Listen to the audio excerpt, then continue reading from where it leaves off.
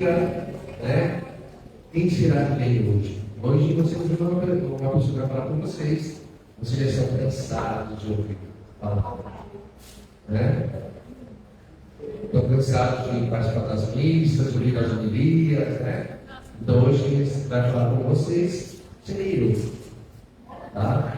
Então a gente, como o propósito, né, que quando a gente estava preparando a questão dessa formação, não só pelo fato da formação, mas algumas situações que a gente vem observando, né, a gente vai vendo, então a gente viu a necessidade de falarmos um pouquinho sobre os sacramentos da igreja.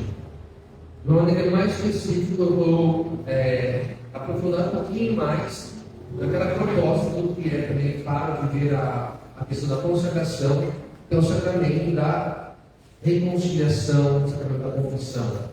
Tá? Porque às vezes a gente percebe a questão, muitas vezes as pessoas não sabem como confessar, o que confessar. Acaba muitas vezes se tornando muito mais um aconselhamento do que uma confissão. Então a gente vai trabalhar um pouquinho, né? Mas antes de entrar diretamente no sacramento da confissão, eu vou falar um pouquinho sobre os sacramentos. É importante a gente conhecer a nossa igreja, aquilo que ela nos oferece, né? Mas eu não estou falando aqui sozinho não, tá bom? Vamos lá, vamos ver se a gente lembra da nossa catequese. Aqueles que estão na catequese já devem pensar, né? Vamos lá, quero ver vocês. Quantos sacramentos a igreja tem?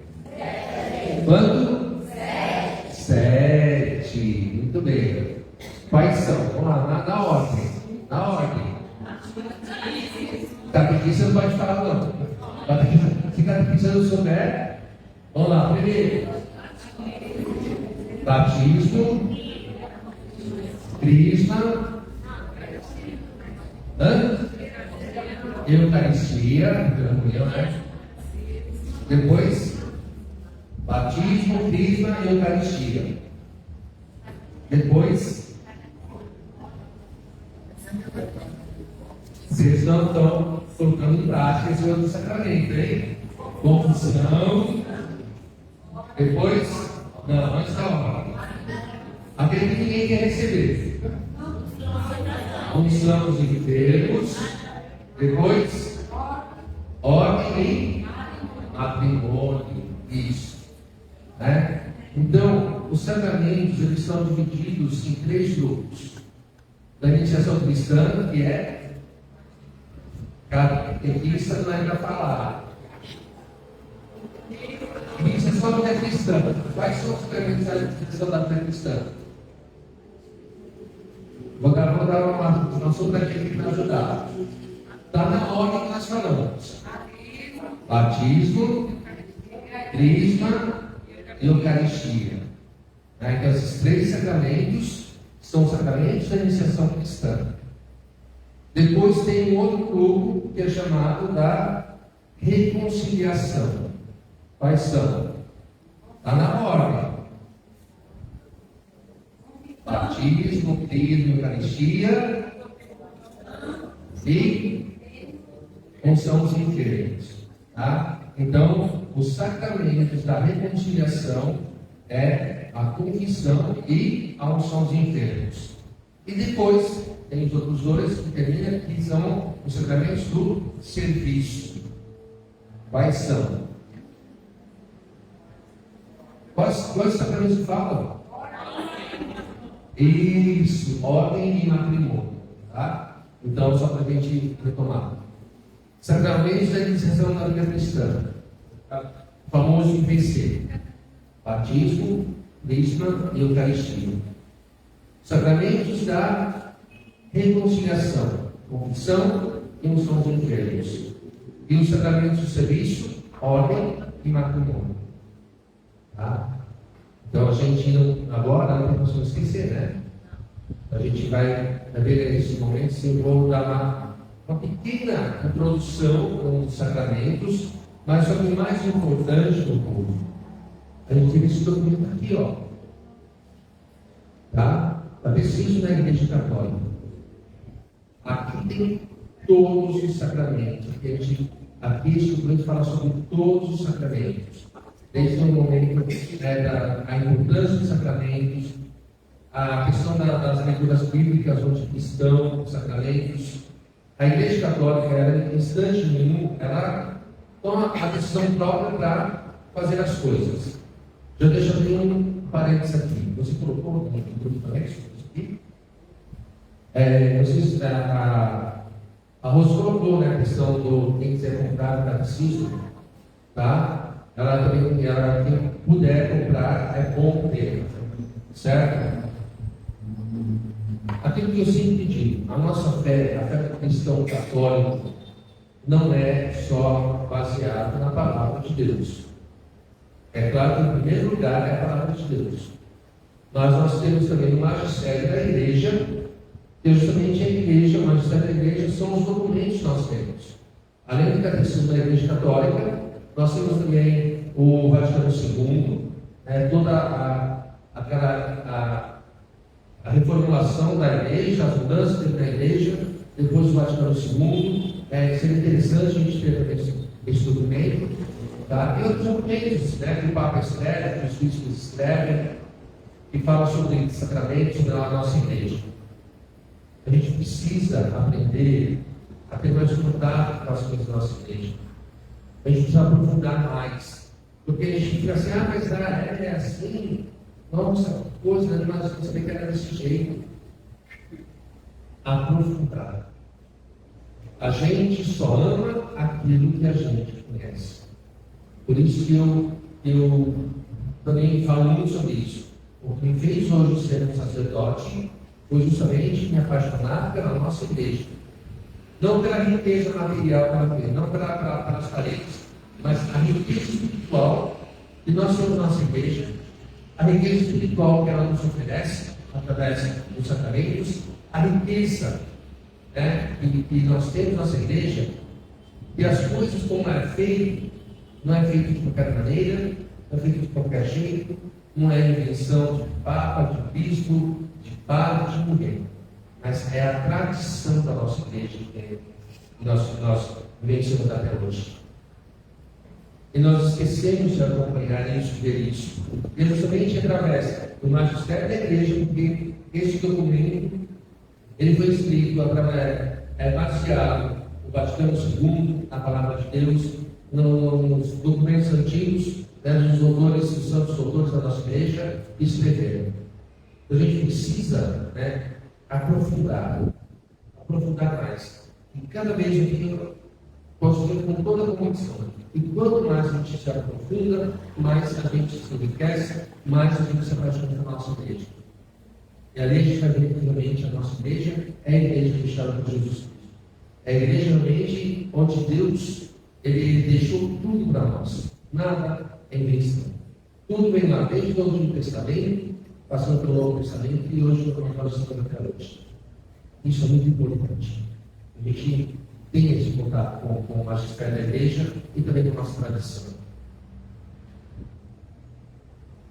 Batismo. Né? A gente pode. Uma das coisas que a gente mais somos questionados, nós cristãos, católicos, é em relação ao sacramento do batismo. Mas por que a Igreja Católica batiza crianças? Né? E ele vai ser atuado através de ser adultos, através de adultos. Mas antes da gente entrar no batismo, uma coisa importante, para que a gente também aprenda. Quem já participou aqui da missa dos Santos Óleos, ou a missa do Cristo, é chamado também. Na missa do Cristo, onde o Cristo vem e unge o Cristo. A missa da quinta-feira santa de manhã, onde se tem a bênção dos óleos. Poucos, né? Mas eu vou fazer um desafio agora. Quem puder esse ano, participe. É longe, é lá na Sé, é longe. É longe.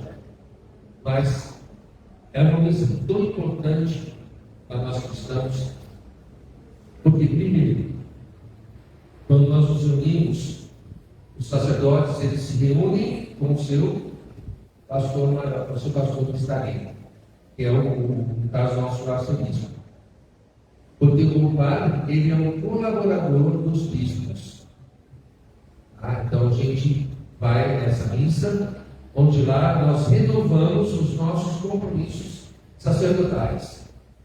No nosso caso, porque nós somos religiosos, nós temos obediência ao nosso superior, mas também nós, sendo mesmo sendo religioso, nós temos obediência ao bispo diocesano. Então a gente tem obediência também. Não é porque eu sou padre religioso, eu e o padre Sérgio somos padres religiosos, nós vamos fazer o que quiser na palavra. De maneira nenhuma. Nós respondemos também da mesma maneira, como aqui na diocese tem os bispos auxiliares, nós respondemos também para o Dom Carlos, porque ele está aqui na região. Então a gente deve obediência a eles. Então, todo ano, a gente faz esse compromisso, renova o nosso compromisso de servir ao povo de Deus. De anunciar a nova, anunciar o reino de Deus.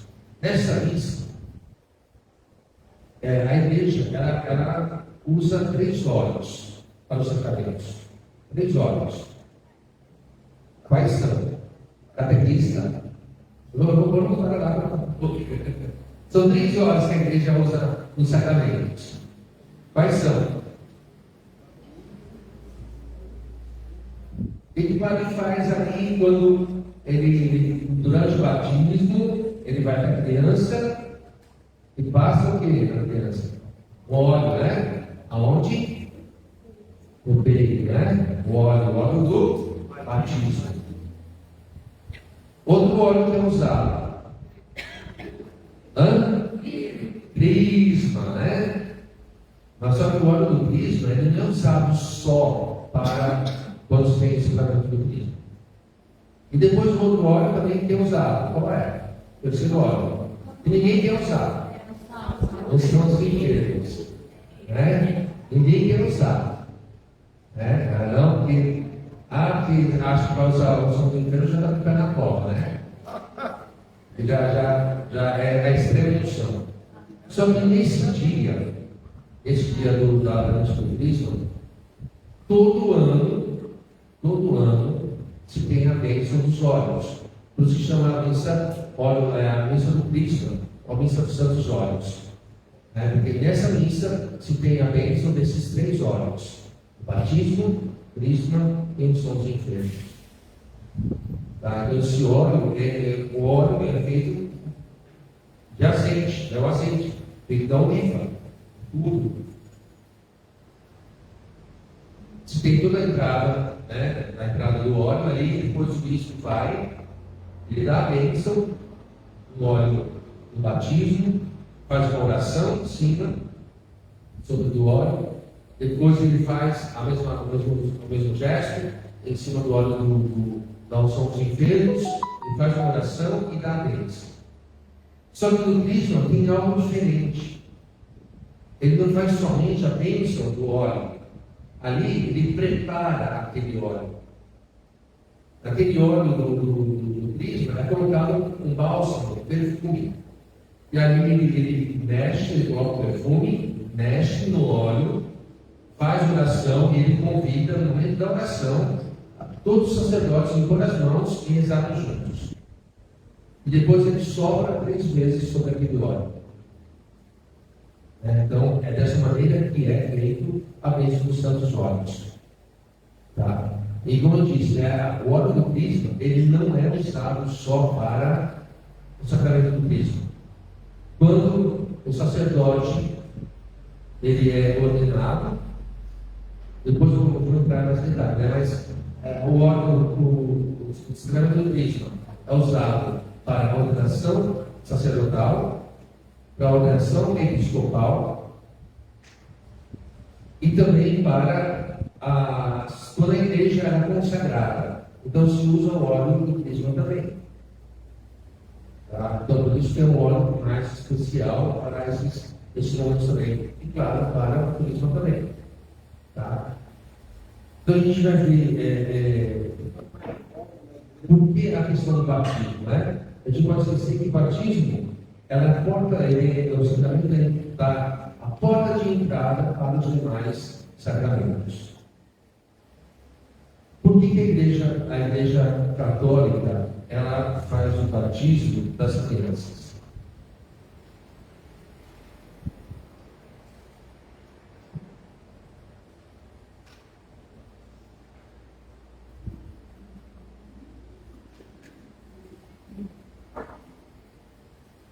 Peraí que eu já me acho que eu perdi lá.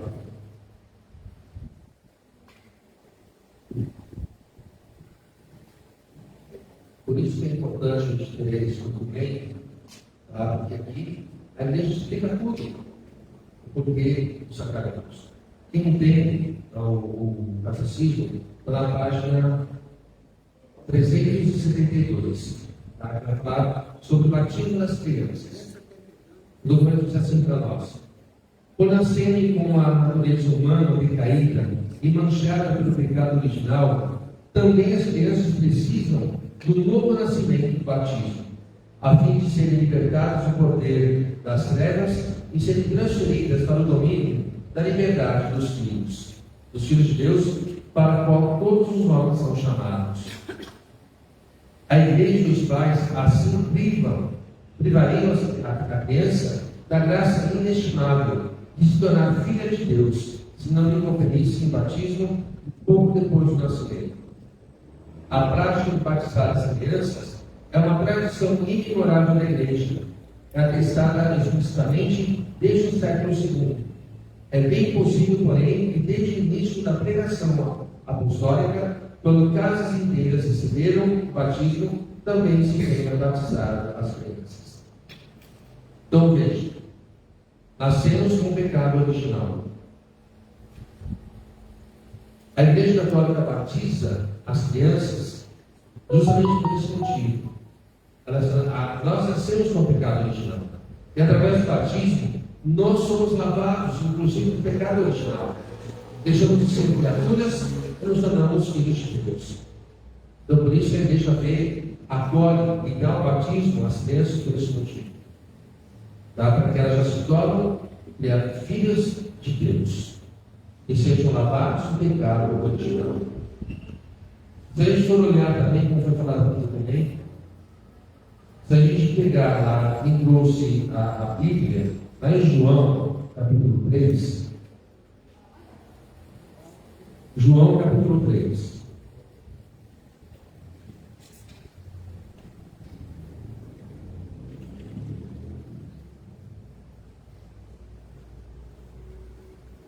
João 3, versículo 5.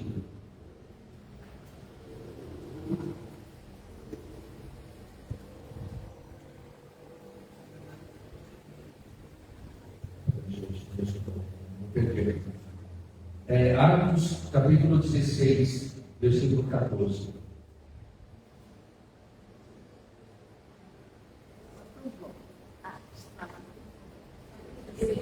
Atos 16.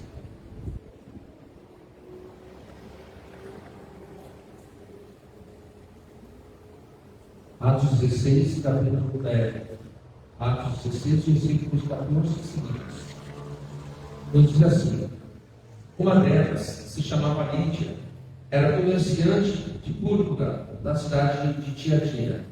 Lídia acreditava em Deus e escutava com atenção. O Senhor abriu o seu coração para que aderisse às palavras de Paulo. Após ter sido batizada, assim como toda a sua família, ela nos convidou. Assim como toda a sua família. Aqui, na palavra de Deus, em nenhum instante, mesmo quando João estava batizando as pessoas, os evangelistas sempre vai falar: olha, e a gente de tudo quanto era lado para ser batizado. Em instante nenhum, aqui se fala na palavra de Deus, batismo somente de adultos. Então, baseado nisso, a igreja também começou a batizar as crianças. Então, toda a família de Lídia também se converteu e foi batizada. E será que a família de Lídia só tinha adultos? Com certeza não. ter jovens, idosos, crianças, recém-nascidos, poderia ter.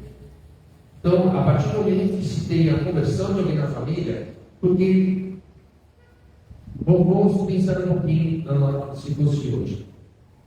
Eu vou buscar o meu batismo. Eu já sou adulto, eu não fui batizado. Mas eu vejo a importância do que é o sacramento do batismo.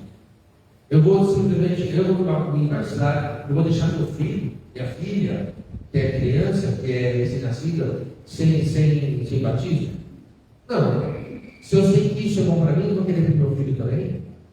Então, por isso que a igreja, como nós vimos aqui no documento também, a nossa tradição começa lá no segundo século.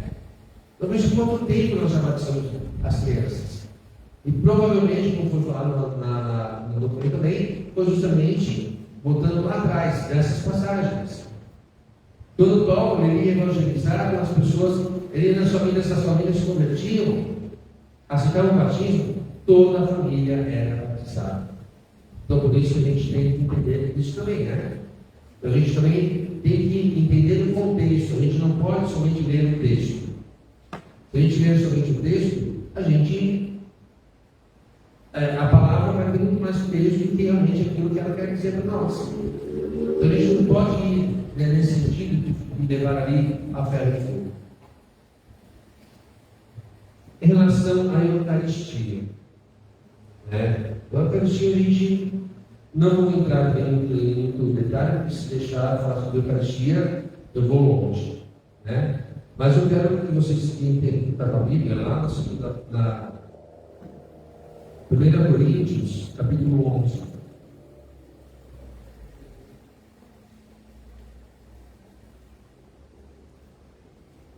Primeira Coríntios, capítulo 11, versículos 23 e seguintes. A gente sabe que Paulo não esteve com Jesus, mas tudo que ele fez foi através de ele ouvir os apóstolos, ouvir com os discípulos de Jesus, e ali ele acreditou, confiou e levou adiante os ensinamentos.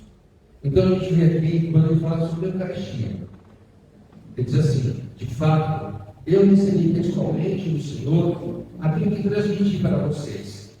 Na noite em que foi entregue, o Senhor Jesus tomou o pão e, depois de ter dado graças, partiu e disse: isto é o meu corpo, que é para vocês. Façam isto em memória de mim.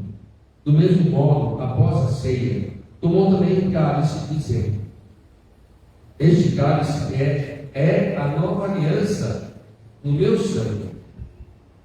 Todas as vezes que vocês beberem dele, façam isso em memória de mim. Portanto, todas as vezes que vocês comem deste pão e bebem deste cálice, estão anunciando a morte do Senhor até que ele venha. O próprio Cristo, na Quinta-feira Santa, instituiu a Eucaristia. Ele disse: toma e coma, toma e beba. Isto é o meu corpo, isto é o meu sangue. Em instante nenhum Jesus falou: isso nem para o meu corpo, isso nem para o meu sangue. Mas isto é o meu corpo, isto é o meu sangue. Não mais seria a morte do cordeiro imolado, mas o próprio Jesus que se dá seu corpo e seu sangue para ser o nosso alimento espiritual. Isto é. Ele fala com toda a convicção: isto é. E quando Jesus diz também, fazer isto em memória de mim, ou seja, ele pediu para que se fizesse sempre. Fazer memória é estar lembrando sempre daquele momento em que ele instituiu a Eucaristia. Isto é o sangue, isto é o corpo. Alguém que conhece o milagre de Laciano?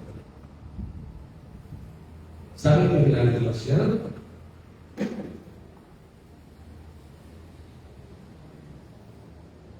Sabe ou não sabe? Eu não quero falar que não sabe. Eu já preciso explicar para vocês. Mas eu vou falar um pouquinho. O milagre de Laciano foi justamente um sacerdote que duvidou da existência ali literalmente do corpo e do sangue de Jesus. Dali, a hóstia se tornou realmente a carne e o vinho se tornou realmente o sangue. E o sangue ele coagulou em três quadradinhos, e cada quadradinho é um peso igual, e se você juntar os três, é o mesmo peso. A igreja, os milagres que nós temos, eles são um grande, um dos maiores e mais conhecidos milagres eucarísticos que nós temos. A igreja, mesmo assim, quando se tem para a igreja, ela eleva uma pessoa ao grau da santidade, ao altar do Senhor, tem que haver um milagre para a intercessão daquela pessoa. E tem que ser comprovado cientificamente. A igreja, ela faz comprovado cientificamente esse milagre. Na década de 1970, foi feito um estudo sobre esse milagre e foi comprovado cientificamente que o que está ali é carne humana de uma pessoa viva, o sangue é daquele povo lá, o povo judeu, e o mesmo sangue que está na carne, ali da hóstia, se transformou em carne, é o mesmo sangue que está no cálice. É da mesma pessoa. É o mesmo tipo de sangue. Comprovado cientificamente. O mais impressionante. Veja como quando Deus faz as coisas, ele mostra, ele faz perfeito. É aquela carne que está ali, o pão foi transformado em carne, é a carne do coração. E tenho certeza que quando eu estava estudando, fazendo a teologia, eu tive 6 meses de aula, algumas pessoas devem conhecer, lembra dele, Padre Quevedo.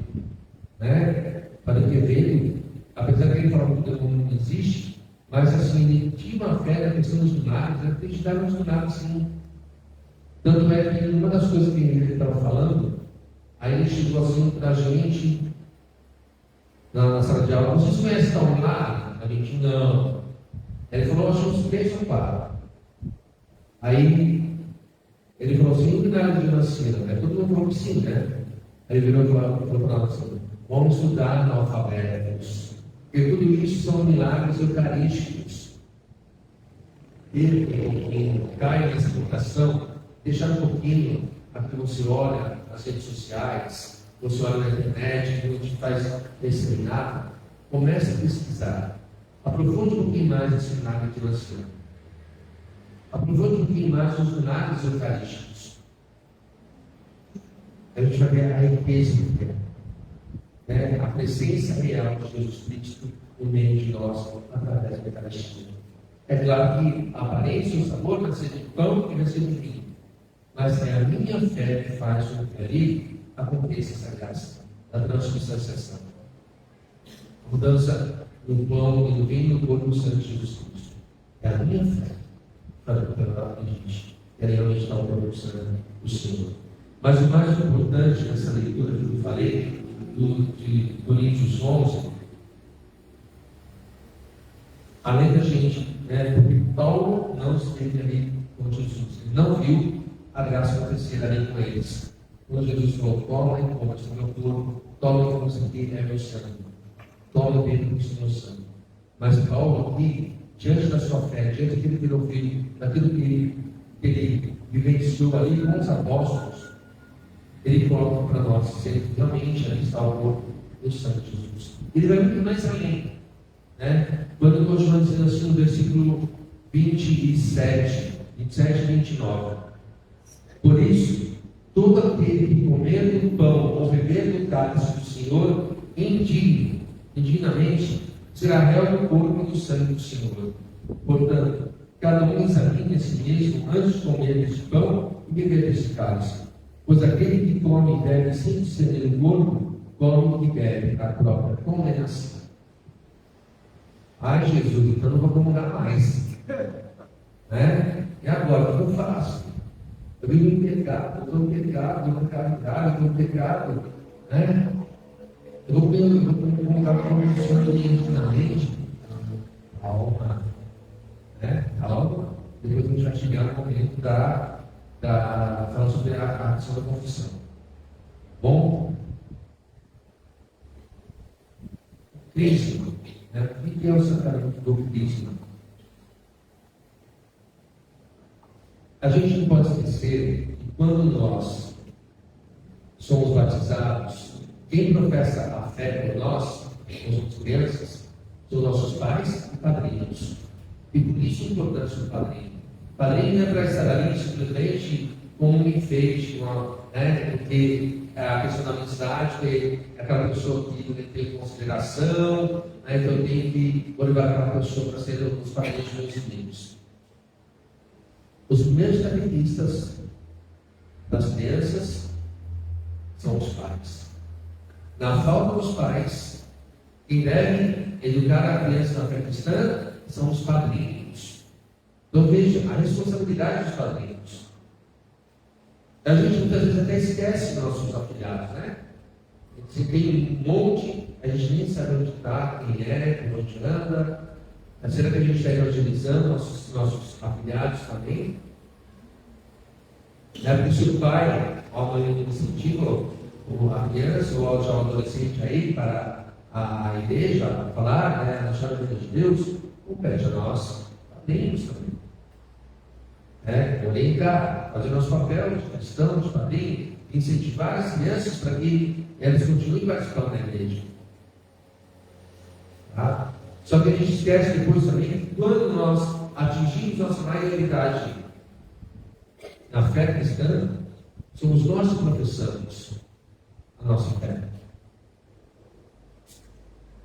Qual é o primeiro sinal que o padre faz no batismo na criança? Isso não é para falar. O que é? Será que só a pessoa que sabe aqui? Sinal da cruz. Se a gente for olhar no Apocalipse, quando João fala que Deus fala para ele, Deus fala que não se faça nem mal a toda criatura até que seja marcada com o sinal.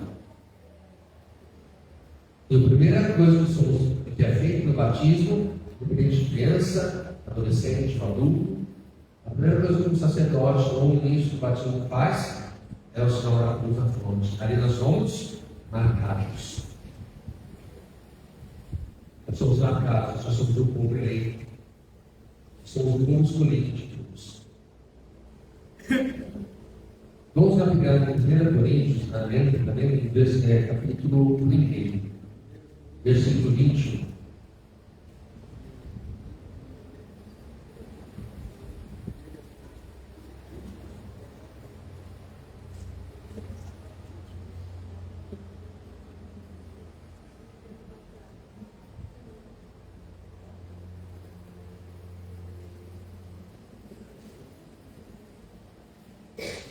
Coríntios, aliás, perdão, 2 Coríntios. 2 Coríntios, capítulo 1. 2 Coríntios, capítulo 1, versículos 21 e 22. Diz assim: quem nos fortalece juntamente com vocês em Cristo e nos dá a unção é Deus. Deus nos marcou com um selo e colocou em nossos corações a garantia do Espírito. Deus nos marcou com um selo e colocou em nossos corações a garantia do Espírito. Qual é o gesto que o bispo faz quando ele crisma? Quando nós somos crismados? Qual foi o gesto que ele fez? Quem foi crismado recentemente aí? A gente não pode esquecer que o bispo, ele é sucessor dos apóstolos. O Papa é sucessor de Pedro, mas os bispos são sucessores dos outros apóstolos. Já esqueceram como foi o Pedro de vocês? A revista está se coçando para falar, né? Ele pega o óleo do crisma, né? Molha ali o polegar e faz o quê? Aonde? Na testa. Né? Então, o bispo ele vem confirmando o nosso batismo com esse gesto. Né? A unção com o óleo do crisma. Então, nós ouvimos aqui, Deus nos marcou com o selo e colocou em nossos corações a garantia do Espírito. Eu vou perguntar porque tanta emoção quando que a gente faz o Cristo, a gente nem presta atenção no que o Bispo está falando, né? Mas quando a gente vai fazer o Cristo, a gente contabiliza aqui no oriental, olha, quando o Bispo for fazer a unção, ele vai lá, vai fazer a unção na tua testa e dizer assim: recebe por esse dom o Espírito Santo, recebe por esse sinal o Espírito Santo, o dom de Deus. O que vocês respondem? Amém. Depois ele diz o quê? A paz esteja contigo. O que a gente responde? Contigo também. Né?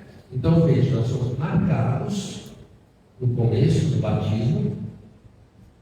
E depois o sucessor dos apóstolos, ele confirma essa marca. E ali nós recebemos a confirmação do Espírito Santo de Deus em nossas vidas. Muito interessante, pessoas, eu acho que fala sobre o Cristo.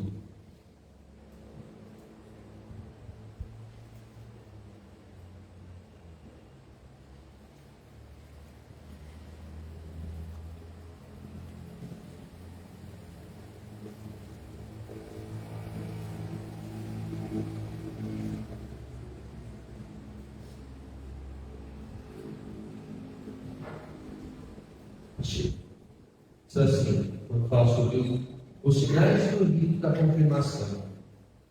Em o catecismo está na página 3, 8.3, lá no final. Pela confirmação, os cristãos, isto é, os que são ungidos, participam mais intensamente da missão de Jesus e da plenitude do Espírito Santo. De Jesus é acumulado, a fim de que toda a vida deles exale o bom perfume de Cristo, a fim de que toda a vida deles exale o bom perfume de Cristo. E quando somos crismados, além de sermos confirmados a nossa fé. Nós conquistamos a nossa fé na Trindade Santa da Igreja, que não na Santa Católica Apostólica.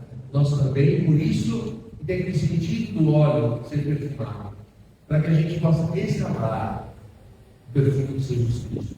Nós exalemos a Jesus Cristo para as pessoas. Então veja, né? Será que nós estamos exalando Jesus Cristo para as pessoas? Crismados que somos? E o convite fica aqui. Se você ainda não é crismado, aproveite. Seja, faça mesmo. Se você é adulto, a gente ainda tem vida para correr, ainda dá para fazer, entrar para a catequese, para que a gente possa estar exalando o perfume de Jesus Cristo. Então veja, né? Os sacramentos todos estão na palavra de Deus. Depois, vamos ver um pouquinho a questão da unção dos enfermos. Será que isso tem também na palavra de Deus? Será que esse sacramento da unção dos enfermos está na palavra de Deus? Com certeza está. Então, é mais um óleo que nós usamos. Qual o sentido? Também vai pensar assim, mas por que se usa o óleo? Na consagração, no óleo do batismo, no óleo do crisma, da unção dos enfermos, tem um significado. Primeiro, quando Deus escolhia os seus profetas, ele sempre pedia para ungir com óleo. Porque eu escolhi. E fora também tem todo aquele outro sentido também que o óleo naquela época se usava quando as pessoas iam guerrear, quando as pessoas iam participar de algum evento, de algum esporte. Sim, ele passava óleo no corpo, que era para ele poder escapar do inimigo.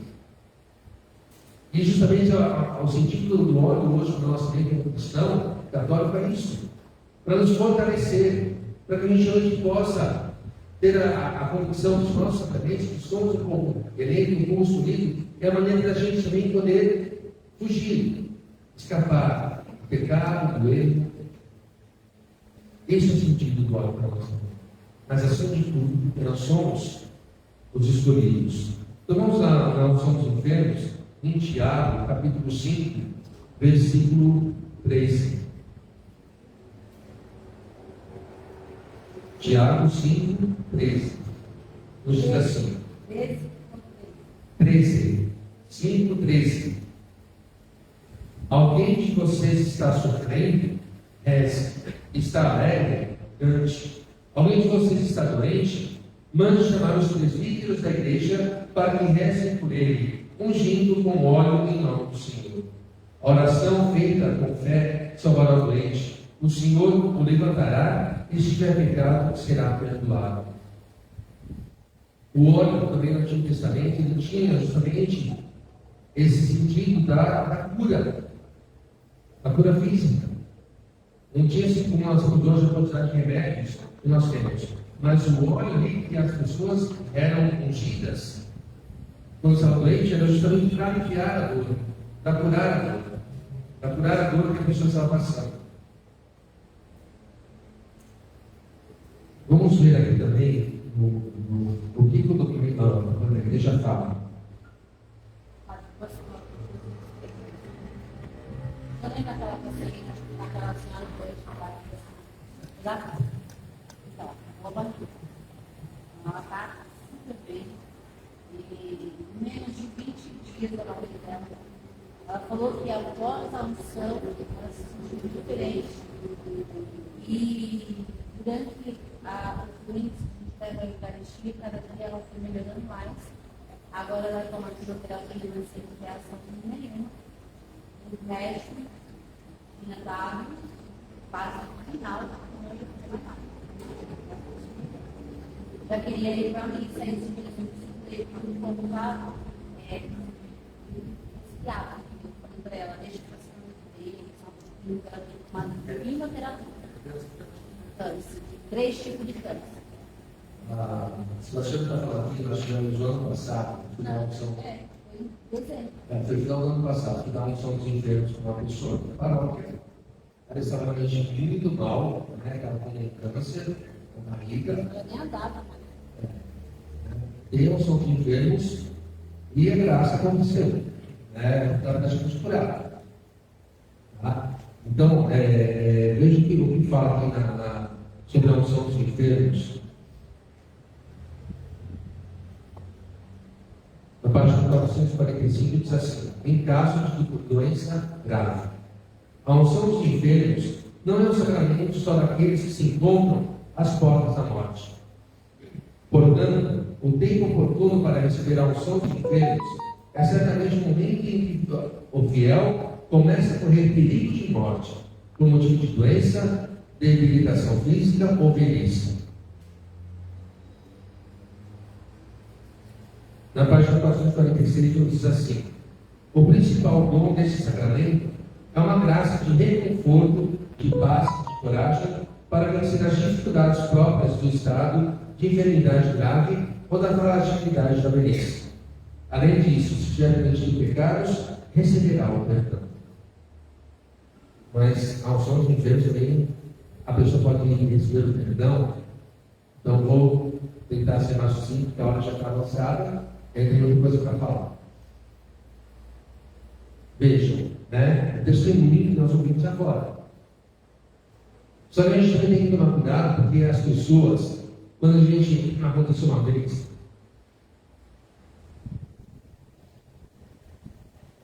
a gente tem que tomar muito cuidado da gente não ir por embalos, Eu não lembro se foi em Campina Grande ou em Curitiba. Nós fizemos a missa dos enfermos.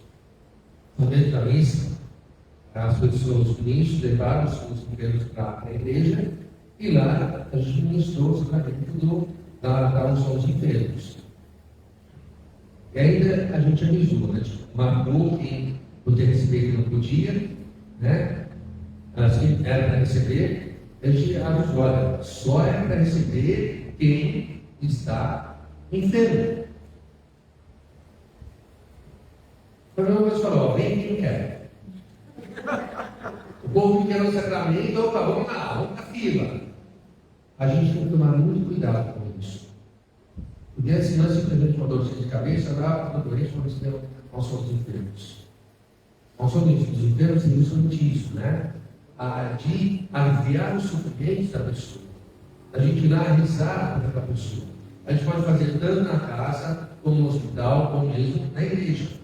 Para dançar. É uma celebração também que a gente faz.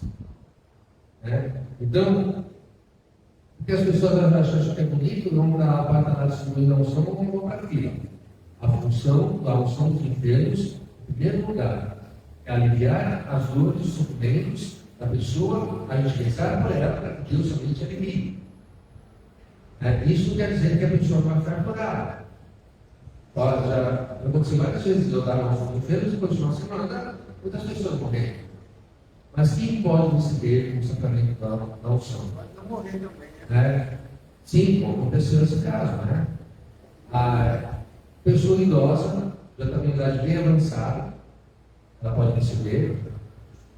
Uma pessoa que está muito debilitada, uma pessoa que vai fazer uma cirurgia de porte grande, né, que realmente é uma cirurgia delicada, ela pode receber antes de fazer a cirurgia, né? É aquelas pessoas que já estão ali na UTI, já está com morte cerebral, né, já está em coma, pode receber também. E principalmente, quando a gente reza as pessoas, quando nós ouvimos pelo documento, também tem esse poder de perdoar os pecados. Aquela pessoa que está em coma, porque não tem mais como ela sair daqueles pecados. Então, a partir do momento que o sacerdote ele reza e dá a unção dos enfermos para o doente. Então, não tem medo, né, de receber o sacramento da unção dos enfermos. Tanto é que a igreja, antigamente, falava mais de unção, né? Quer dizer, chegou no extremo, chegou no último, não dá para fazer mais nada. A única coisa que você pode fazer agora é te dar unção. Aí depois eu falei, já está com o pé na copa, né? Então ninguém quer receber. Aí a igreja mudou o nome para o unção dos enfermos, que é justamente para aliviar os sofrimentos. Para estar ali, né, dando conforto para aquela pessoa. A gente rezar para aquela pessoa, para que ela seja curada. Né, dar a unção para que realmente aquela cirurgia de alto risco que ela vai fazer seja justamente para que Deus tenha misericórdia. E também, né, para aquelas pessoas que já estão em coma, não tem mais consciência de nada, para que Deus realmente usa de misericórdia para que a pessoa seja liberta dos seus pecados. Sacramento da ordem. Tá? Então, o sacramento da ordem não tem o que falar, porque o sumo sacerdote é o próprio Jesus Cristo. A partir da Quinta-feira Santa, Jesus fez 3 instituições. E 2 anos que eu presidi aqui a missa da Quinta-feira Santa, eu falei dessas 3 instituições. Quais são? O maior. O que Jesus instituiu na Quinta-feira Santa? Eucaristia. O que ele fez? Qual Jesus ele fez? Ele perguntou, não, o senhor vai fazer isso comigo, não. Eu vou deixar aqui. Lavar pés é serviço. Tá? E instituiu o sacerdócio.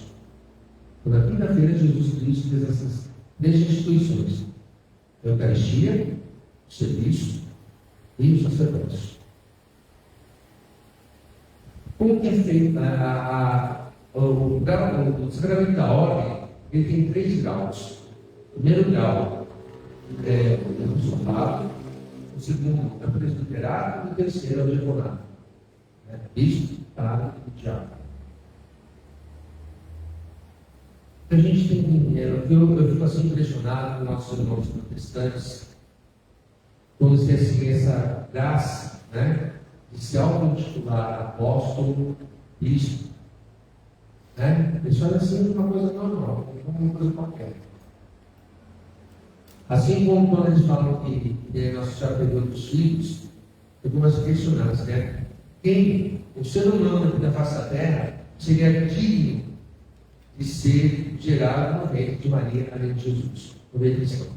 Ninguém. Assim também, quem é digno de ser chamado de apóstolo, a não ser aqueles que foram escolhidos pelo próprio Cristo?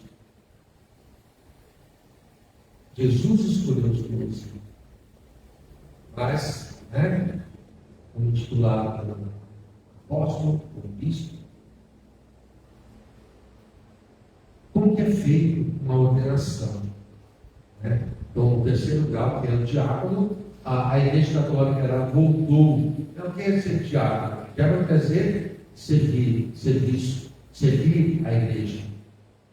Então, o diácono ele serve a Igreja. Existe o diácono permanente e o diácono transitório. O diácono permanente, que a Igreja vem resgatando já há algum tempo, justamente lá, quando se tinha antigamente, os diáconos que serviam a Igreja. Para ser um diácono permanente, tem o candidato, tem que ser homem, e casado. Ele é casado, identificado como pároco, ali ele tem que ter a autorização da família também, porque a partir do momento em que ele é ordenado diácono, ele vai estar serviço com a igreja. Então aquela vida que ele tinha de poder ser assim um pouquinho mais livre no final de semana, já vai ser mais difícil, porque ele vai ter que estar serviço com a igreja. Então por isso que a esposa tem que autorizar. Então ele faz todo o estudo também, não é simplesmente vem cá, você bonita, quem é que vou fazer você diácono? Ele faz todo o estudo. Da mesma maneira, como o diácono transitório é aquele que é o seminarista que recebe o diaconato para mais adiante se tornar um sacerdote. Então, a mesma coisa é feita pela imposição das mãos, com o bispo e as mãos com ele, e resta e ali ele é ordenado diácono. O transitório é a mesma coisa. Tem o seminarista e depois ele separa. Depois, quando aquele candidato a diácono transitório, ele vai ser ordenado sacerdote. Quem faz a ordenação, quem ordena é o bispo. Então o bispo, ele faz toda a oração de consagração ao sacerdócio. A gente se vê, quem já participou de uma ordenação sacerdotal? Tá bonito, não é? Não precisa de nada. Só tudo que acontece durante a missa ali de ordenação é uma riqueza de simbolismo, de significados. E é muito emocionante. Muito emocionante. Quando a gente deita ali no chão quando esquenta a rainha, é para mostrar que nós não somos nada. Nós somos indignos, mas Deus escolheu a gente para servi-lo através do uso do sacerdócio. Chega o momento da ladainha, que a gente se prostra no chão. Depois, o bispo, ele reza por nós, ele põe as mãos sobre nossa cabeça, e todos os padres que estão juntos aí, naquela ordenação, todos os padres também colocam a mão na cabeça do candidato, e ali depois o bispo faz a oração. Depois, o mesmo óleo do crisma é ungido as nossas mãos. Ungidas para colocar a serviço do povo de Deus. Naquele momento em que, na transubstanciação, que Jesus disse, fazer isso em memória de mim, quando nós impomos nossas mãos ali, sobre o pão e vinho, nós rezamos ao Pai, para que pela ação do Espírito Santo, aquele pão e vinho se torne o corpo e o sangue de Jesus Cristo. Então, por isso nossas mãos são ungidas. São ungidas também para dar a absolvição dos pecados. Nossas mãos são ungidas para rezar pelos doentes, para podermos dar conforto dos enfermos através do óleo da unção aos enfermos. Depois tem. Oi? Abençoar também, com certeza. Então veja, não é feito de qualquer maneira, porque isso é uma tradição que a gente traz lá do Antigo Testamento. Como é feita a ordenação episcopal?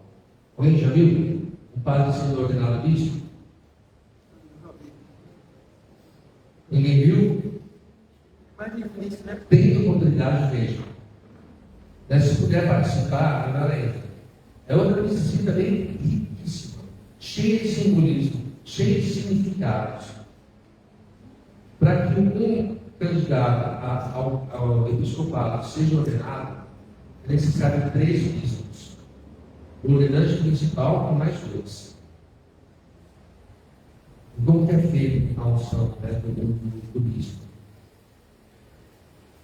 Aquele bispo que é o ordenante principal, que é o que está presidindo a celebração, ele derrama não mais nas mãos o óleo, mas na cabeça. Na cabeça do candidato que ele derramado o óleo. E depois ainda é colocado no lecionário sobre a cabeça do candidato.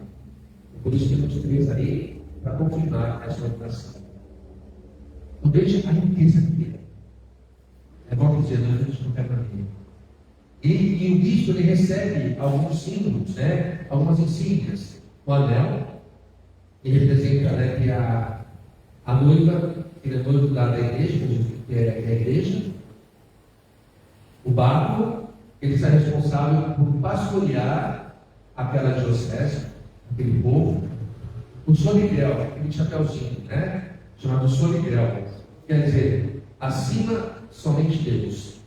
Para mostrar para ele que ele não é superior, acima dele somente Deus. Ele saber que ele é uma pessoa também, né? Que ele tem que ter a humildade e a simplicidade. E a mitra, aquele de novo chapéu com o do lado, é o símbolo justamente do seu episcopado.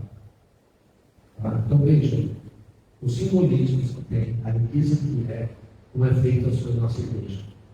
Nada é feito de qualquer jeito. Tudo vem lá de trás. Tudo. Tá? Então, que a gente possa cada dia mais ver justamente entender o sentido do que é os nossos talentos. Depois, o último, né, é o matrimônio, aliás, o penúltimo, matrimônio. Quando Deus criou o homem e a mulher, aliás, quando Deus criou o homem, ele viu que o homem precisava de uma companheira. Então, deu sono sobre o homem, e ali, tirou a costela do homem e fez a mulher.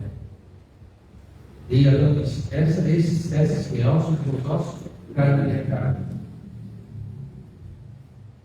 E o próprio Deus disse: o homem e a mulher deixará seu pai e sua mãe, e se tornarão a nossa carne. Lá em Marcos, capítulo 10, vem falar sobre o matrimônio.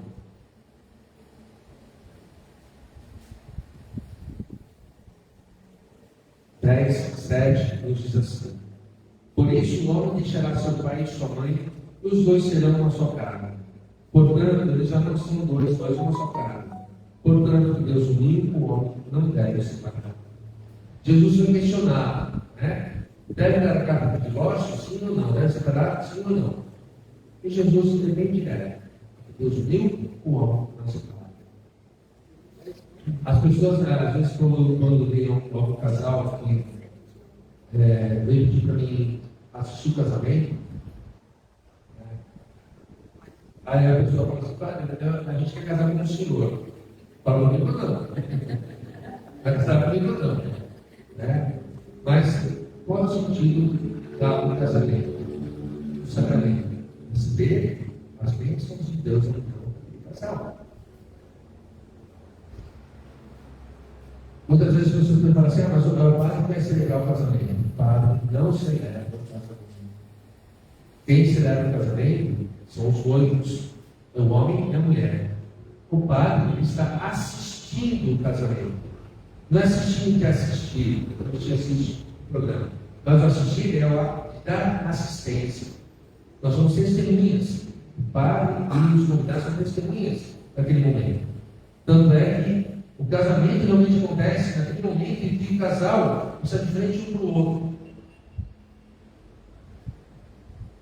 Quando eu te recebo, fulano, com minha esposa, com meu esposo, e te recomendo ser fiel na alegria e na tristeza, na saúde e na doença, amando-te e respeitando-te por todos os dias da minha vida. Ali está acontecendo o casamento. Como os dois trocam a ajuda de amor. Depois, o símbolo externo que eles recebem, aliança. Fulano não recebe essa aliança, sinal do amor da minha fidelidade. Ao Pai, ao Filho e do Espírito Santo. Mas por que é colocado o dedo anular? Por que é colocado esse dedo aqui aliança? Alguém sabe?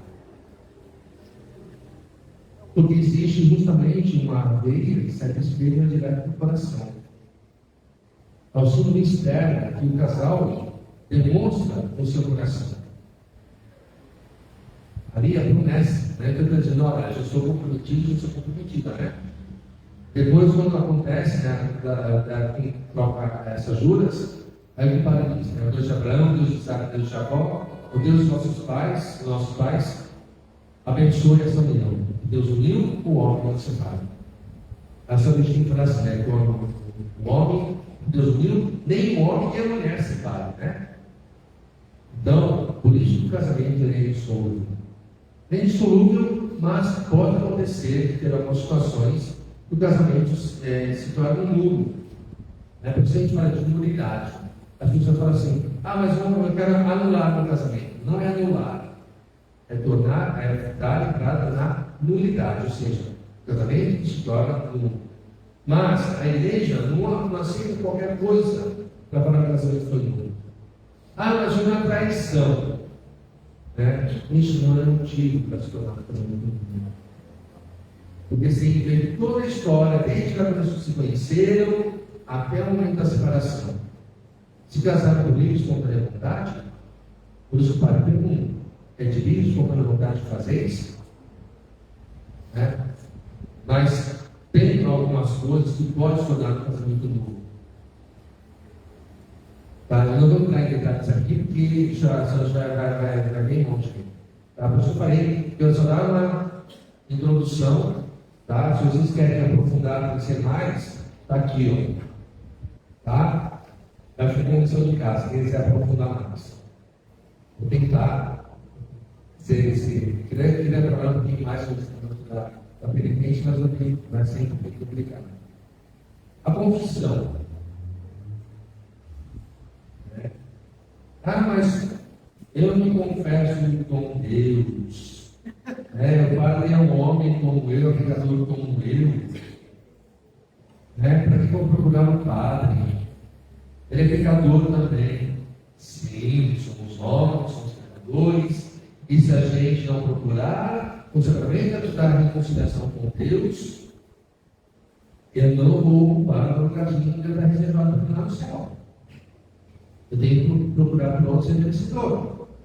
Então eu também tenho que procurar a confissão. João, capítulo 3, versículo, Mateus, capítulo 3, versículo 5. A gente vai ver aqui no início, a partir do primeiro versículo, justamente quando João começa a batizar o povo. Então, no versículo 6, diz assim, vamos lá no versículo 5. Os moradores de Jerusalém, de toda a Judéia e de todos os lugares em volta do Rio Jordão iam ao encontro de João. Confessavam os próprios pecados e João os batizava no Rio Jordão. Confessavam os próprios pecados. Então veja, aqui já está falando sobre a confissão dos pecados. Antes de serem batizados, eles confessavam os seus pecados. Vamos lá também, em Tiago, capítulo 5, também, que a gente viu lá aos sons enfermos.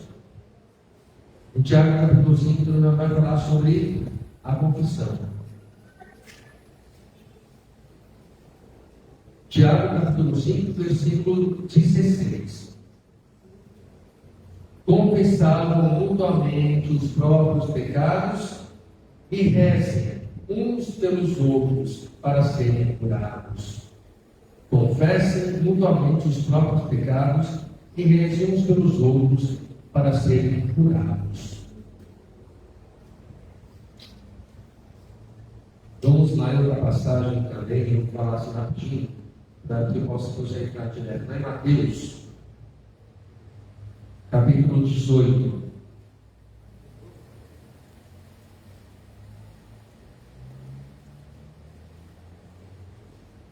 Mateus 18. Mateus capítulo 18, versículo 18. Diz assim: Eu lhes garanto, tudo que vocês ligarem na terra será ligado no céu, e tudo que vocês desligarem na terra será desligado no céu. O que faz desligar o céu e a terra? Nossos pecados. Nós conectamos, nós desligamos o céu. Então, quando Jesus escolheu a Pedro e disse, né? Tudo ligado na terra será ligado no céu. Tudo desligado na terra será desligado no céu. Então, a função do sacerdote não é querer saber da vida de vocês. Né? Porque tenho certeza que quando a gente atende confissão, principalmente quando atende confissão aqui, às vezes por dia 4, 5 confissões que a gente marca, eu nem lembro que a primeira pessoa falou. Porque primeiro que eu não posso ficar lembrando. Eu falo, nossa, a cara de Santinha fez isso, né? Olha só que, nossa, que decepção dessa pessoa. Jamais. Porque eu estarei ajudando. Não compete para ajudar ninguém. Pelo contrário. E vou ensinar para vocês. Eu amo todos esses sacramentos. Mas eu tenho, sim, um carinho maior justamente dos sacramentos da reconciliação. Porque a confissão não deixa de ser uma reconciliação com Deus. Arrependimento, onde a gente volta a estar ligado com o Senhor de novo. E a unção dos enfermos. Visitar os doentes, dar aos enfermos, saber que ali, através da oração, Deus possa estar curando e fortalecendo aquela pessoa. Então veja, né? Esses dois momentos que a gente viu, nesses 3 momentos, vem justamente falando da confissão. O que o sacerdote faz depois, quando fala assim, tá, tem mais algum pecado? Não. Então tá bom, eu vou te dar a absolvição. O que o padre faz? Põe as mãos e reza. E é justamente aquilo que ele falou em Tiago. Né? Pôr as mãos e rezar uns pelos outros. Confessar os seus pecados uns pelos outros. Portanto, irmãos, eu queria falar um pouquinho mais sobre o sacramento da confissão, mas eu tinha que falar dos outros sacramentos. Porque, mas não está na Bíblia, não está na Bíblia. Está aqui. Todos os sacramentos estão aqui. Por isso eu quis, né, trabalhar um pouquinho mais com palavras sobre isso. Mas, volto a dizer, catecismo na igreja católica. Ali você vai se aprofundar mais, ali você vai conhecer mais, ali você vai ver a riqueza que é os sacramentos. Uma coisa muito importante, né, que eu vou perguntar agora.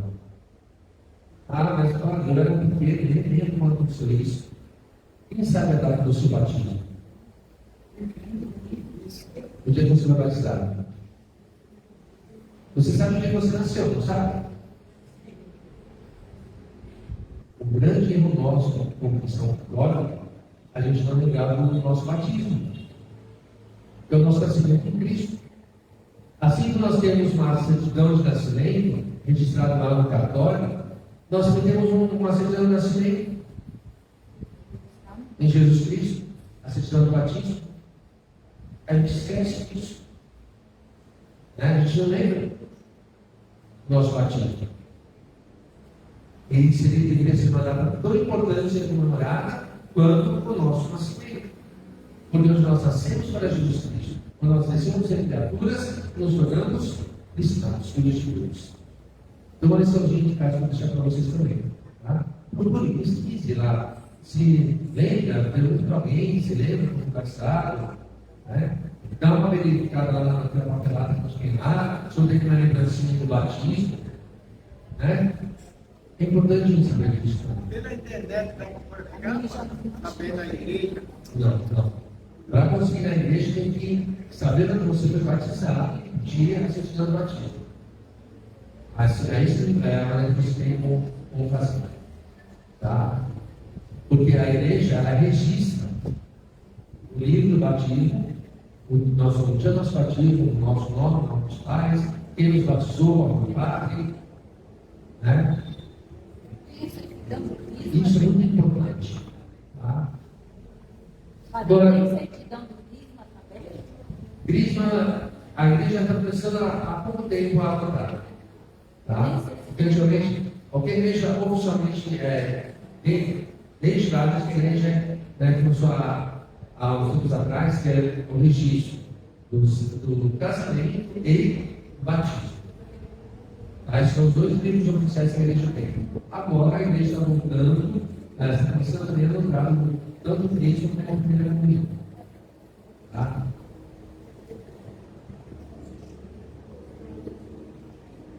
O que confessar? Como confessar? Eu ainda queria te falar umas coisas aqui, porque quando eu falava no princípio, eu não gosto de confissão antes da missa, ou as pessoas ficam bravas comigo, né?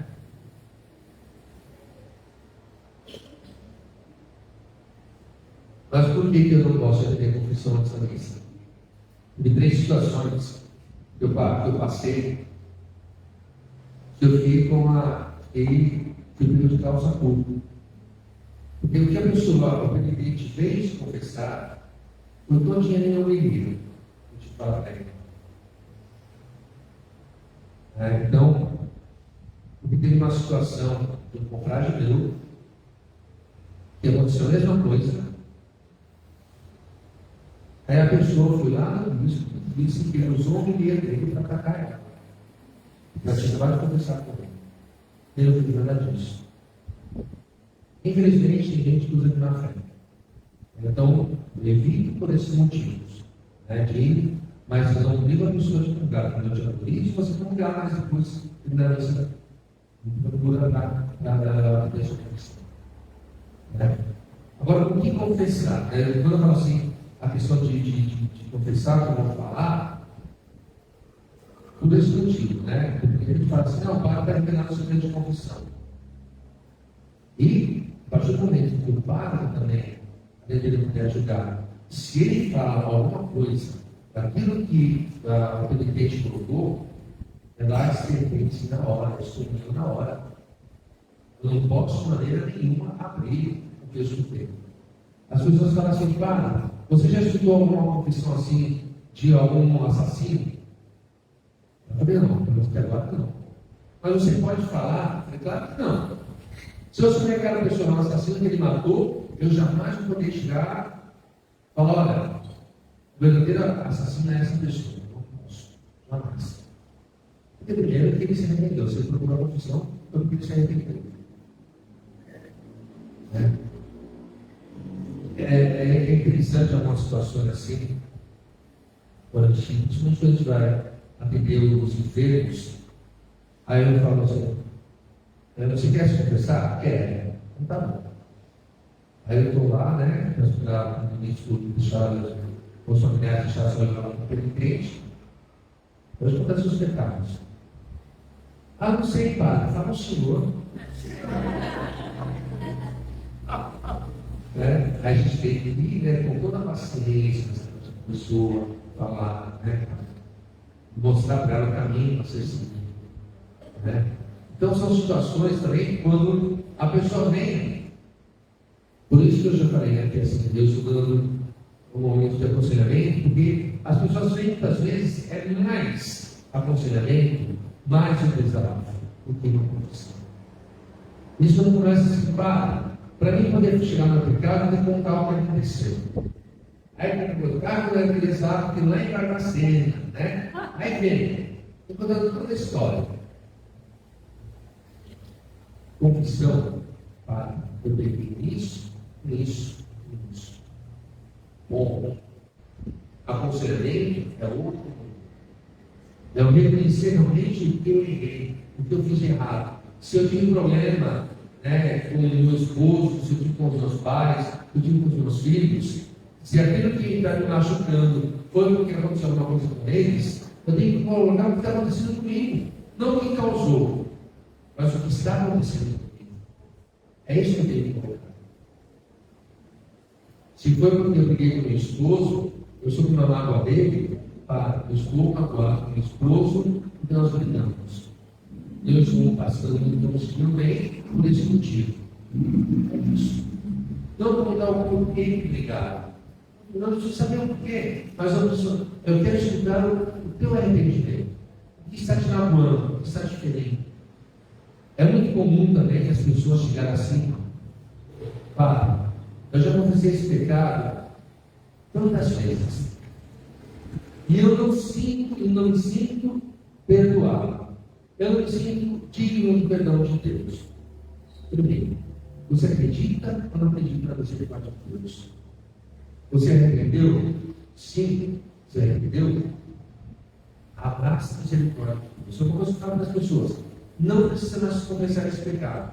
Porque a partir do momento que você já se arrependeu, Deus ali já te deu o perdão. Aquele pecado deixa de existir na tua vida. Quando a gente fica remoendo aquele pecado comigo, eu já confessei que remoendo. Porque nós estamos lá passando, porque a gente não se perdoou. Eu preciso também perdoar para aquele pecado. Porque a partir do momento que eu tomo posse do perdão de Deus, a partir do momento que o sacerdote reza por mim e dá a absolvição, esse pecado não existe mais. Mas por que está carregando esse pecado ainda? Para que está carregando esse fardo à toa? Ele não existe mais. Então eu preciso me perdoar também. Então todas as vezes que eu confessei, mas eu sinto que eu não fui perdoado. Eu sempre olhei. Se Jesus me perdoou, eu estou me perdoando. Esse pecado não existe mais na minha vida. Não tem por que ele está carregando. Não tem por quê. E se eu magoei alguém, se eu feri alguém, eu devo ir ao encontro daquela pessoa também para pedir perdão. Eu preciso me reconciliar com ela. Porque não adianta, aquele que eu ouvi várias vezes eu falar, nós vamos falar de perdão, vamos falar do Pai Nosso. Perdoai as nossas ofensas, assim como nós perdoamos a quem nos tem ofendido. Eu preciso ir ao encontro daquela pessoa para pedir perdão. Se ela não aceitar, a minha parte eu fiz. Vou a segunda, vou a terceira. Se a pessoa não quer me perdoar, eu sou uma consciência tranquila e buscar a reconciliação. Se ela não quer, eu vou desistir dessa pessoa de maneira nenhuma. Eu não vou mais pedir perdão porque ela não quer. Mas eu tenho que rezar por ela para que Deus toque no coração dela, para que ela realmente veja e aceite o perdão. Porque também dizer assim, eu te perdoo, mas você vai para lá e eu para cá, não sou eu que tenho que te perdoar, é Deus que tem que te perdoar. Deus perdoa, com certeza. Mas o problema não é entre eu e você, ou entre eu e Deus. Por que Deus tem que te perdoar? Se o problema foi entre eu e você, eu tenho que dar o perdão e acolher o perdão.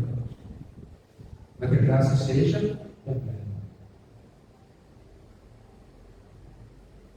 Existem os pecados veniais e os mortais.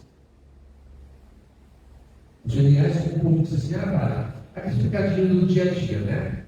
Já se tornou não normal no dia a dia. Não deixa de ser pecado. Para não de julgar, de criticar. Infelizmente, também se tornou uma coisa pelo nosso dia a dia. Mas não é assim.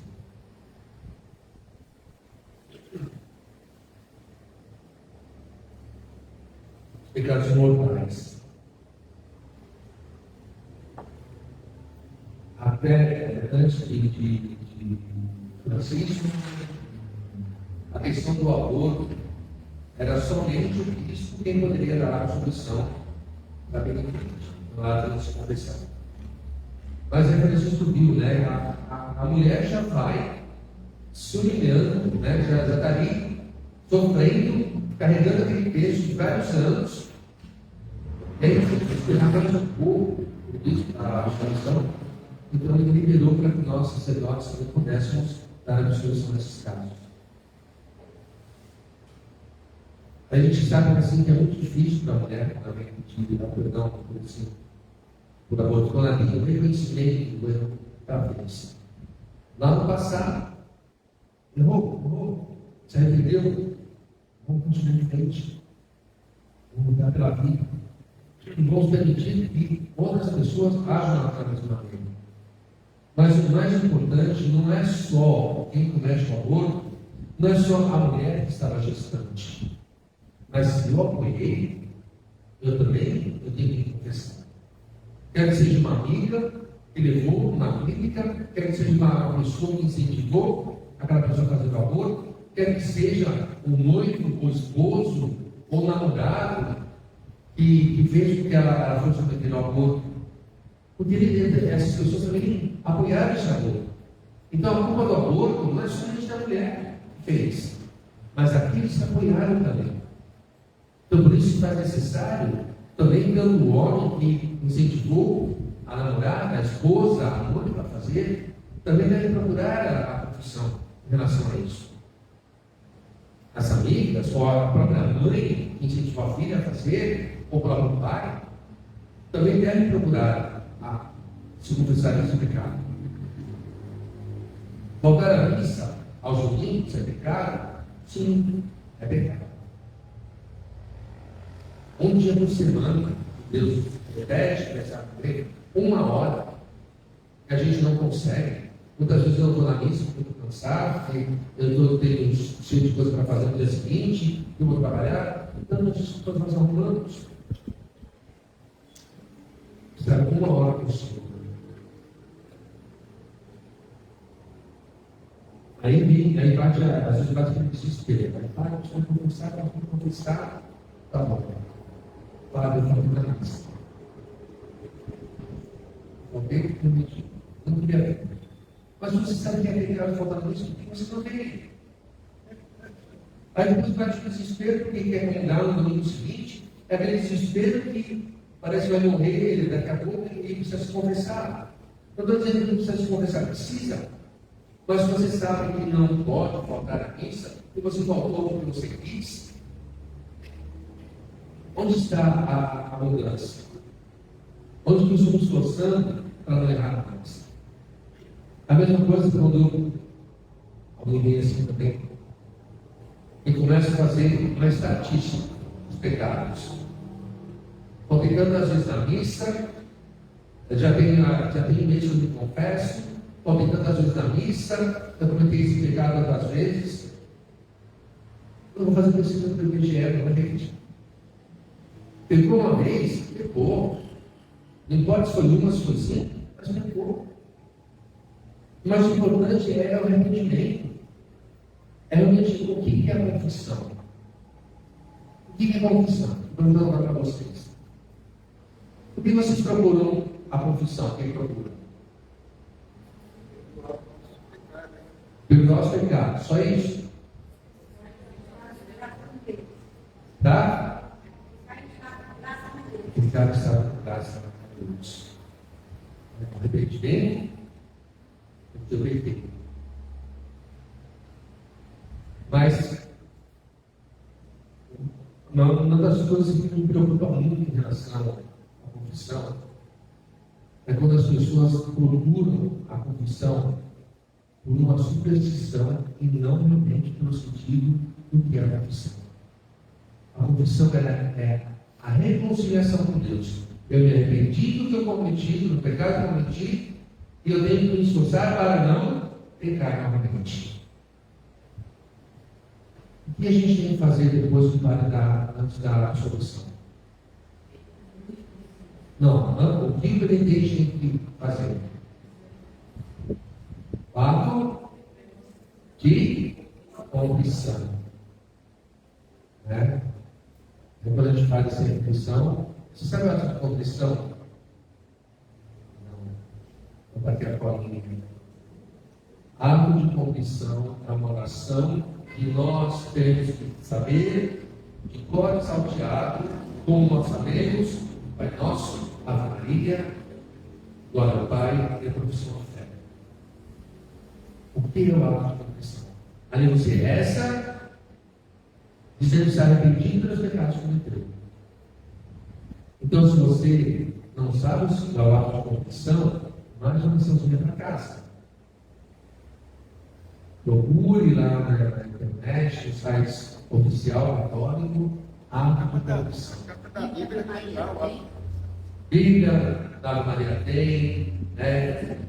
Basta procurar.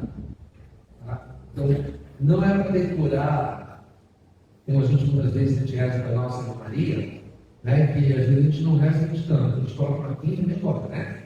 É só a Maria Santa Maria. Então, rápido a gente reza. A gente tem que meditar no que estamos rezando. Nosso é a Maria. Assim, o ato de confissão tem que ser a mesma coisa. A oração que eu tenho que saber que é cristão. Porque eu me arrependi dos meus pecados e ali estou rezando, reconhecendo que eu sou pecador e que eu quero a reconciliação com Deus. Esse é o verdadeiro sentido do ato de confissão, por isso que eu preciso estar ali. Gente, nada de radicalismo, nada através do radicalismo transforma. Tem que ser radical. Em muitas situações, eu tenho que ser radical. Eu tenho que ter aquele propósito, eu tenho que me esforçar por onde. Outra coisa assim, que é muito comum, teve um ano passado, ano passado. Né? A questão de jejum e abstinência.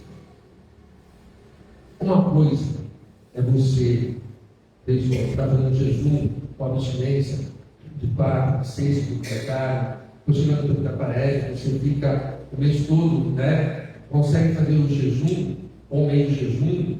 A gente tem que entender o que é jejum e o que é abstinência. Jejum é você deixar de fazer uma refeição ou ficar o dia todo sem se alimentar. Abstinência é você deixar de comer carne, deixar de comer doce, deixar de comer refrigerante durante um tempo. Isso é abstinência. Sabe, muita gente não sabe o que está fazendo. Nada contra, porque eu já rezei muito com o Edilson às 4 horas da manhã, já rezei muito com o Instituto Reset às 4 horas da manhã, mas quando as pessoas começam a falar assim, porque tem que fazer jejum, tem que fazer abstinência, devemos fazer. O espírito está forte, mas a carne está fraca. Mas qual o motivo que eu estou fazendo esse jejum, essa abstinência? Por que eu estou fazendo? Porque estou analisando o texto lá com o Instituto Reset, para que é bom fazer o jejum, a abstinência, que o Padre Gilson a mesma coisa, ou que o participante de uma pastoral, ou de um movimento, de algum grupo, que fala que tem que fazer a jejum. Qual o sentido? Jejum e abstinência tem que ter um propósito.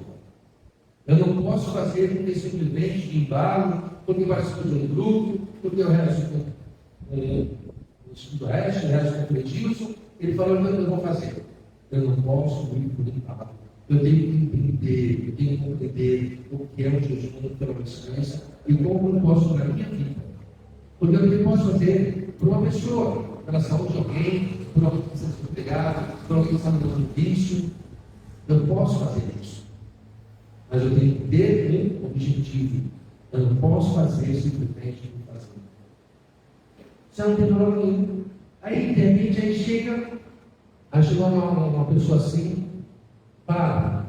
Eu sou de uma confissão, a pessoa mandou mensagem para mim. Para, olha, sexta-feira, aniversário de uma pessoa. A gente queria ir numa pizzaria. Tem como a gente pular essa sexta-feira e comer carne? Faz jejum ou não é jejum? Ou você faz realmente uma coisa séria, ou você não faz. Você está conseguindo essa intenção, porque é aniversário de alguém e vai numa pizzaria, e quer comer carne na pizza, vai numa pizza, tem presunto, tem calabresa. Que propósito é esse? Eu falei, não, claro que não. Tem outros tipos de pizza que você pode comer. Outros sabores não tem carne. Ou muda de dia, né? Porque o aniversário da pessoa na sexta-feira, você tem que comemorar na sexta-feira. Faz no outro dia. Por isso, irmãos, a minha preocupação é muito grande em relação a isso. Não faço nada por obrigação. Eu tenho que procurar a confissão porque eu quero me reconciliar com Deus. Porque eu sei que eu cometi um pecado. Eu preciso me reconciliar com Deus. Mas a partir do momento que você também vem e coloca quantas vezes você pecou, naquele mês que ele nos pecado, o que você está fazendo para não cair mais nesse pecado? Só o jejum sem a confissão não pode estar na Sim, porque se a gente não tomar cuidado, irmãos, nós brincamos com a misericórdia de Deus.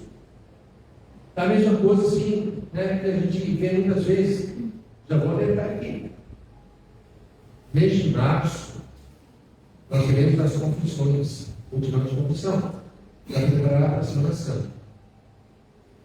Tem aquelas pessoas que começam, né, e querem se confessar na Semana Santa. Só que esquece que o padre é um ser humano, o padre tem outros compromissos, além de atender a confissão. O padre não atende somente o fiel da confissão. Tem outras coisas que o padre também atende os fiéis.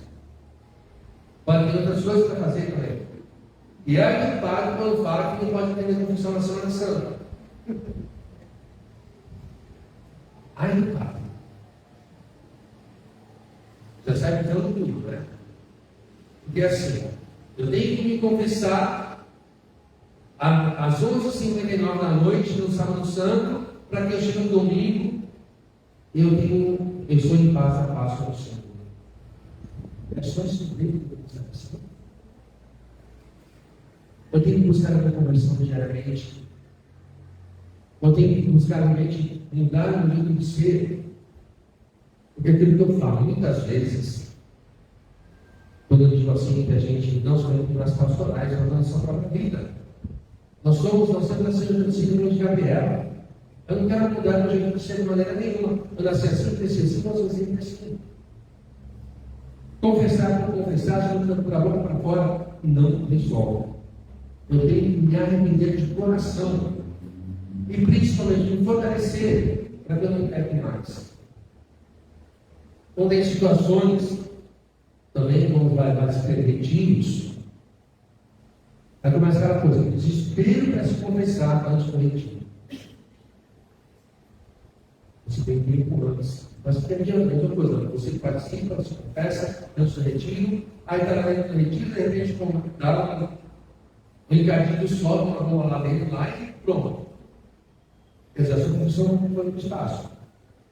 Porque ali você começa a criticar, não está organizando, porque ali você começa a criticar, a falar mal da pessoa, estarem trabalhando, né? Aconteceu alguma coisa que deu errado, uma coisa, você já começa a escravejar, a xingar, a brigar com Deus, todo mundo lá dentro. O que adiantou? Confessar antes. O que adiantou? Cuidado para não ir para o embalo. Cuidado não ir para simplesmente para fazer aquilo que os outros dizem. Qual foi a leitura de domingo? Domingo passado, acho que domingo passado. Retrasado, aliás. No Evangelho. Ou foi domingo agora? Foi agora ou domingo retrasado? Foi a primeira leitura, acho que foi. Maldito o homem que confia no outro homem. Maldito o homem que confia no outro homem. Porque tem que fazer, tem que acontecer. Confissão eu tenho que procurar porque eu preciso me reconciliar com Deus. Confissão eu tenho que procurar também porque eu estou necessitado do pecado que eu cometi. A gente tem que aprender também, porque é aquilo que eu disse, né? O pecado, cometi pecado uma vez, duas, três, quatro. Eu pego e confesso, eu pego e confesso, pego e confesso. O que eu estou fazendo para me libertar desse pecado? Eu estou me esforçando? Não. Por mais que eu tente, mas eu caio, mas eu tenho que esforçar mais. Se o que eu estou fazendo não está dando certo, vou procurar outra coisa que eu não estou fazendo. Mas eu preciso me libertar desse pecado. Não procurem a confissão simplesmente por procurar, porque perdoe se não confessar. Eu partilho aqui no coração. Desejo Eu tenho que me esforçar ao máximo para que eu não peque mais, para que eu não peque mais diante daquela situação que eu cometi. Confissão é uma coisa muito séria, irmãos. Cuidado, vou bater de você aqui, cuidado para não brincarmos com a graça de Deus. Cuidado.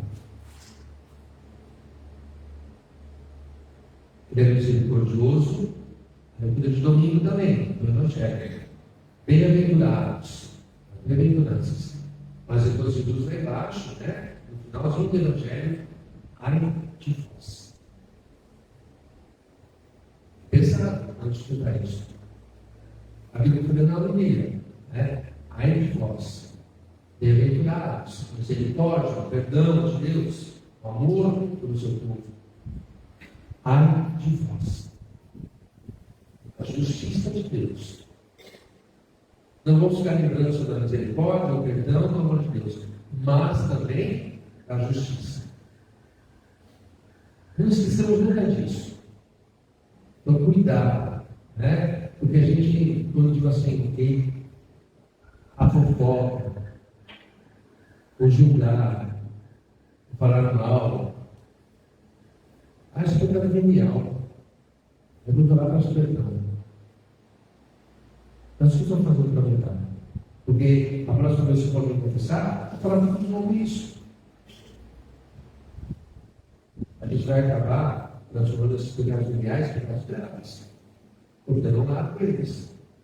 Carrega destruir. Portanto, irmãos, a gente quis trabalhar um pouquinho, principalmente no sacramento da reconciliação, para que, diante dessa consagração que vocês vão fazer, e a gente não irão fazer, mas tenham consciência em relação ao pecado, esse desespero, de querer buscar a reconciliação com Deus. Eu devo procurar sim, mas não de qualquer maneira. Eu tenho que ter a consciência do que eu quero, e principalmente, né, se eu procurei a reconciliação, eu tenho que me esforçar ao máximo para não pecar mais. O que o Padre faz depois? Depois vocês rezam o ato de confissão, antes da absolvição. Está ok para vocês? Penitência, né? E tem gente, né, que algumas pessoas também também, Padre, eu tive que confessar uma vez, o Padre me deu penitência, mas eu não cumpri. O senhor pode trabalhar? Não. Penitência. Né? Então, gente, quando o Padre dá penitência, procure assim. Por mais difícil que seja. Penitência, da mesma maneira, não significa que Deus está castigando porque você pecou. Mas a penitência é justamente para a gente poder entender, né? Nos ajudar a identificar por que eu fiz isso, por que eu agi dessa maneira, por que eu não estou conseguindo me libertar desse pecado. Esse é o meu objetivo da penitência. Não é simplesmente para dar um castigo para o penitente, mas pelo contrário, para ajudar ele a refletir diante do pecado que ele cometeu. A gente ora, já se avançou demais. Tá? Alguma dúvida, alguma pergunta?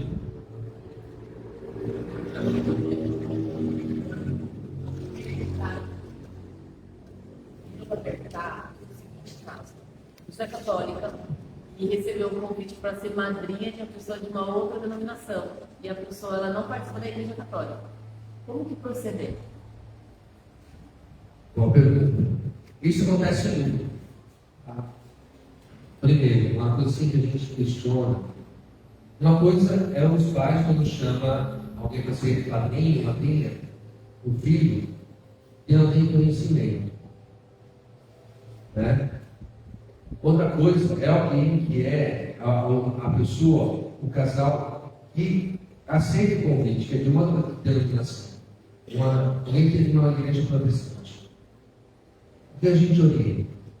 Como que você testemunha de um sacramento que eu não acredito?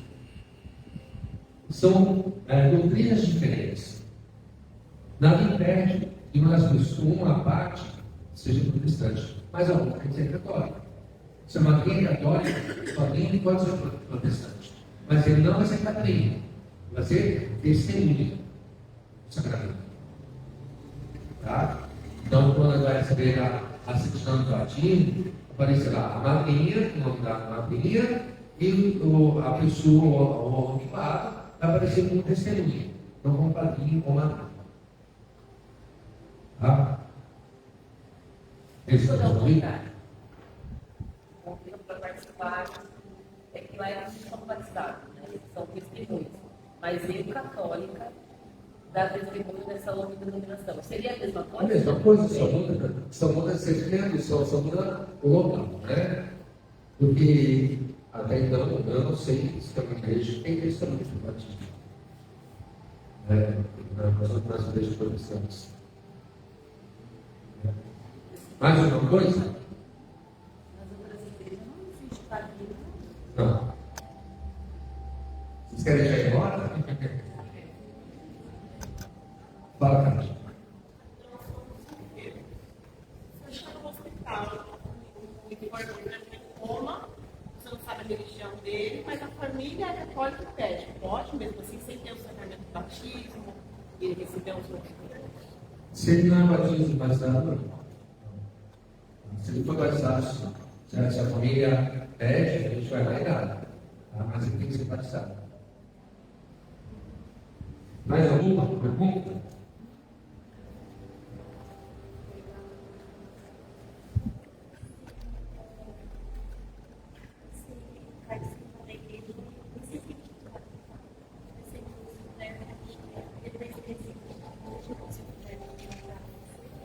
Ser ministro da Eucaristia, a partir do momento que você porque o ministro da Eucaristia é instituído pelo bispo, tá? Não é um cargo vitalício, mas o ministro sempre é ministro. Você pode parar, né? Aí convém depois você conversar com. Claro, você pode parar, você tem que conversar com o padre, você não vai parar de servir. Tá? Você quer voltar, você tem que voltar com o padre, conversar com ele, para o teu desejo para estar voltando. Pode, tá? Mas aí quem vai dizer se você vai poder exercer um ministério, bom, vai ser o padre. Sim ou não vai ser ele. Tá? Mas se você tem o desejo de voltar, ele tem que entender o porquê, qual o motivo que você deixou de exercer o ministério. Tá? Mais alguém? Pecados esquecidos, não confessados, e pecados que você lembra depois. Porque quando termina a confissão, na oração, o Senhor fala, os padres, pecados que foram esquecidos. Eu lembrei depois. Eu confesso e ele não confessa. Confessa. Tá? Por isso, a igreja pede, né, um dos problemas da igreja, é que te confesse pela menos uma vez na Páscoa. Então, a questão também da confissão vai dar consciência de cada um. Mas, volto a dizer, a confissão não é para a gente buscar a confissão com aquele desespero. Né? Aquela coisa assim de eu tenho que confessar, eu vou confessar, preciso confessar o meu inferno, porque eu cometi esse pecado, eu volto, eu tenho que buscar por amor a Jesus Cristo, por querer e reconciliar com Ele. Tá? Não simplesmente para cumprir uma tabela, para arrepender do pecado, tem que amanhã já confessar. Não precisa ter esse desespero. O arrependimento em primeiro lugar. A partir do momento que você se arrepende do seu pecado, Deus já te deu o perdão. Mas também tem que tomar muito cuidado até emocional isso, porque muitas vezes a gente começa a querer buscar os pecados lá de trás. Tá? Lembrou? Claro, a gente precisa fazer exame de consciência, às vezes a gente está numa palestra, está numa formação, de repente a gente lembra que pecado praticamente quando era criança, na adolescência, na juventude, e foi um pecado grave, foi um pecado muito forte. Então, vamos buscar esse arrependimento e essa condição. Tá? A gente pode sim, deve se confessar. Mesmo os pecados que a gente tem esquecido.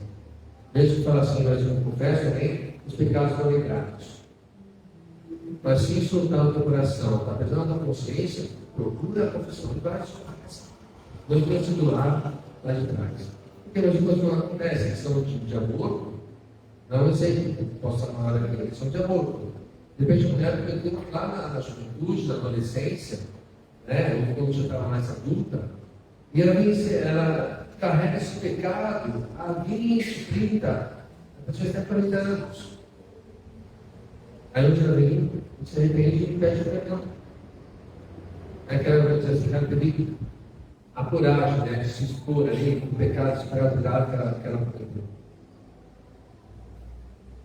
Certo? Omissão de pecado. Porque existe um caso de eu ter esquecido, um caso de eu ter cometido. Não tive coragem de conversar com o padre Robson.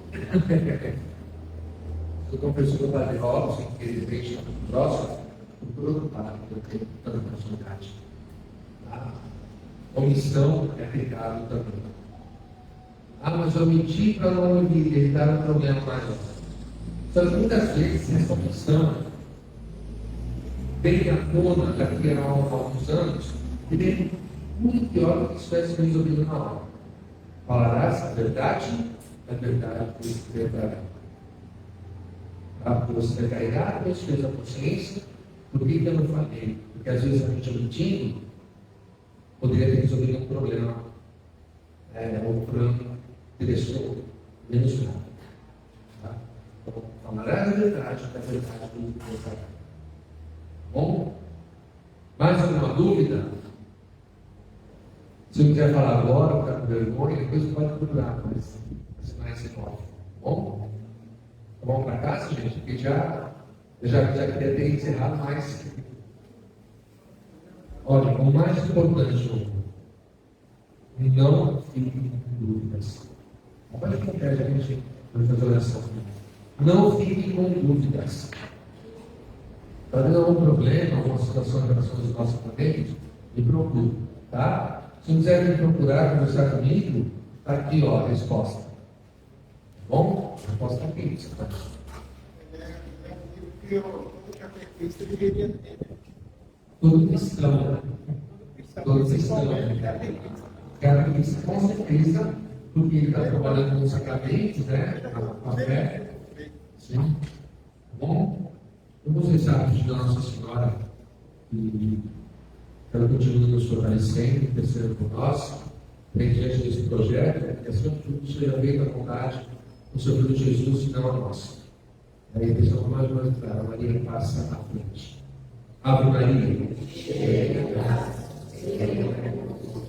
Bendita sois vós entre as mulheres, bendito é o fruto do vosso ventre, Jesus. Santa Maria, Mãe de Deus, rogai por nós, pecadores, agora e na hora de nossa morte. Maria Mãe da Igreja, rogai por nós. O Senhor esteja convosco. Que o Deus Todo-Poderoso os abençoe. Ele que é Pai, Filho e Espírito Santo. Ide em paz. Deus uma boa noite e que o Senhor sempre nos acompanhe. Graças a Deus. Obrigado por terem vindo e terem a paciência de estudar.